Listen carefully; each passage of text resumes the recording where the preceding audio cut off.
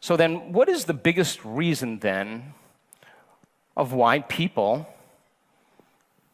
lose their purpose? Well, there's three things, as far as I'm concerned, that make a person excellent as an individual. Number one is purpose. In my company, everybody that works for my company shares the same purpose as me. Because we work long hours, our events start at 6 in the morning, we go till 6 and 7 in the evening. We have 1,500 people in Bonn, Germany next week that we're running an event for.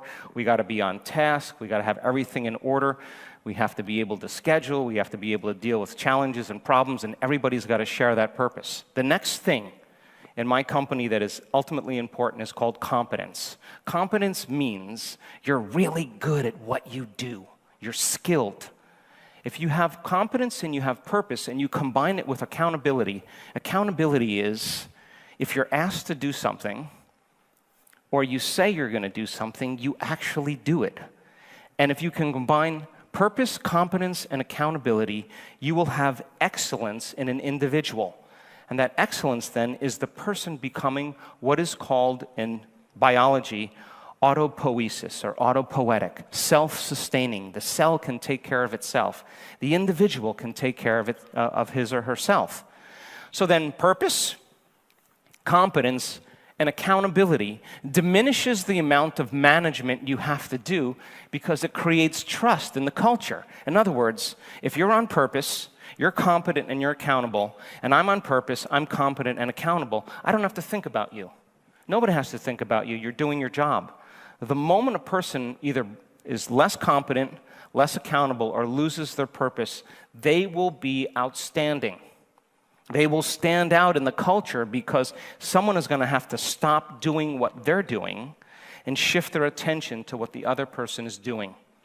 So then, running an Olympic-level team, I mean, we just ran an event in Vancouver and for 1,000 people 2 weeks ago, and the staff in that hotel were so purpose-driven, so competent, so accountable. We had so much fun. The event was so easy because they connected, they went the extra mile, they knew how to be authentic, they knew how to serve in a very selfless way, they knew how to come from their hearts, they were trained really well.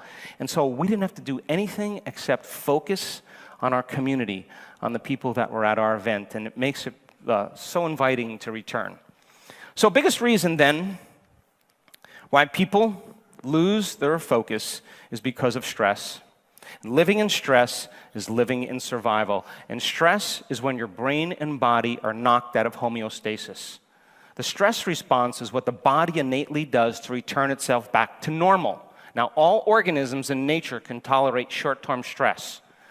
The deer is being chased by a pack of coyotes. The moment the deer sees the threat or the danger in her outer environment, she switches on a nervous system called the sympathetic nervous system. And the sympathetic nervous system is going to mobilize 100% of the body's resources and vital energy to survive in that environment. It's not going to go 50%, it's not going to go 30%, it's going to go 100%. So then, when you begin to turn on that stress reaction, the body and the brain get an arousal of energy, a rush of adrenaline, and the rush of adrenaline wakes the brain and body up. And people become addicted to this rush of adrenaline, and now they need the people and the problems in their lives to reaffirm their addiction to this emotion. They need the bad job. They need the bad relationship. They need the difficult situation in their life because it makes them feel something. That means then they become addicted to the life they don't even like.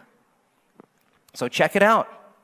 The moment you perceive a threat in your outer environment, you turn on that nervous system called the fight or flight nervous system. There's a pattern recognition in your thinking brain, that yellow part of the brain, that signals another part of the brain, that's where the sympathetic nervous system is, to begin to change your internal environment. The signal goes all the way down to the witless adrenal glands, and all of a sudden there's a release of adrenaline. And the release of adrenaline now causes very strong physiological changes in the brain and body. Pupils dilate, you got to see better. Salivary juices shut off, not a time to eat lunch. Heart rate increases, respiratory rate increases, and blood is sent to the extremities, and now the body is prepared to do battle, to run, to fight, or to hide. How many people understand? You felt this, yes? And in that state, you're in survival. But what if it isn't a lion? What if it's your mother-in-law? And now you're reacting to the same conditions in your environment because you've had some past experiences with your mother-in-law. What was once highly adaptive becomes very maladaptive, because when you turn on the stress response and you can't turn it off, now you're headed for disease, because no organism in nature can live in emergency mode for an extended period of time. How many people are with me? Does that make sense? And people spend 70% of their time then reacting to something in their life just to reaffirm those emotions. Well, check it out.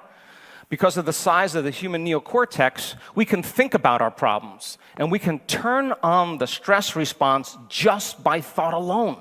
You know what that means? If those hormones of stress are addictive, and you can turn on the stress response just by thought alone, people become addicted to their own thoughts. And if it's a scientific fact that the long-term effects of the hormones of stress push the genetic buttons and create disease, and you can turn on that stress response just by thought alone, that means that your thoughts can literally make you sick. Begs the question then, if your thoughts could make you sick, is it possible then that your thoughts could make you well?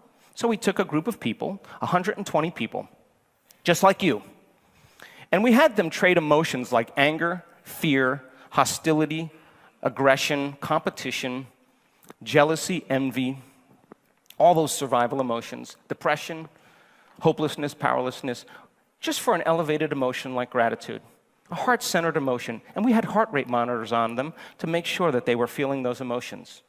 We measured their cortisol levels at the beginning of 4 days. We measured another chemical called IgA, immunoglobulin A, your body's primary defense against bacteria and virus. It's better than any flu shot. It is your body's natural flu shot, and it works better than a flu shot. As stress hormones go up, guess what happens to IgA? Goes down. If you're mobilizing all this energy for some threat in your outer environment, there's no energy in your inner environment for growth and repair, for long-term building projects, and the immune system is compromised. So we said, let's trade those emotions for an elevated emotion. We'll have you do this just 10 minutes a day, 3 times a day for 3 days. And then we're going to measure your IgA levels and your cortisol levels. People's cortisol levels went down about 17%. That's pretty good. But their IgA levels went up 50%. Now, if a pharmaceutical company found a drug that was strengthening your immune system by 50%, it would be on every television commercial. And yet, your nervous system is the greatest pharmacist there is. So teaching people how to do that begins to make dramatic changes in their body and in their health. So if your thoughts can make you sick, then it makes sense that your thoughts can make you well.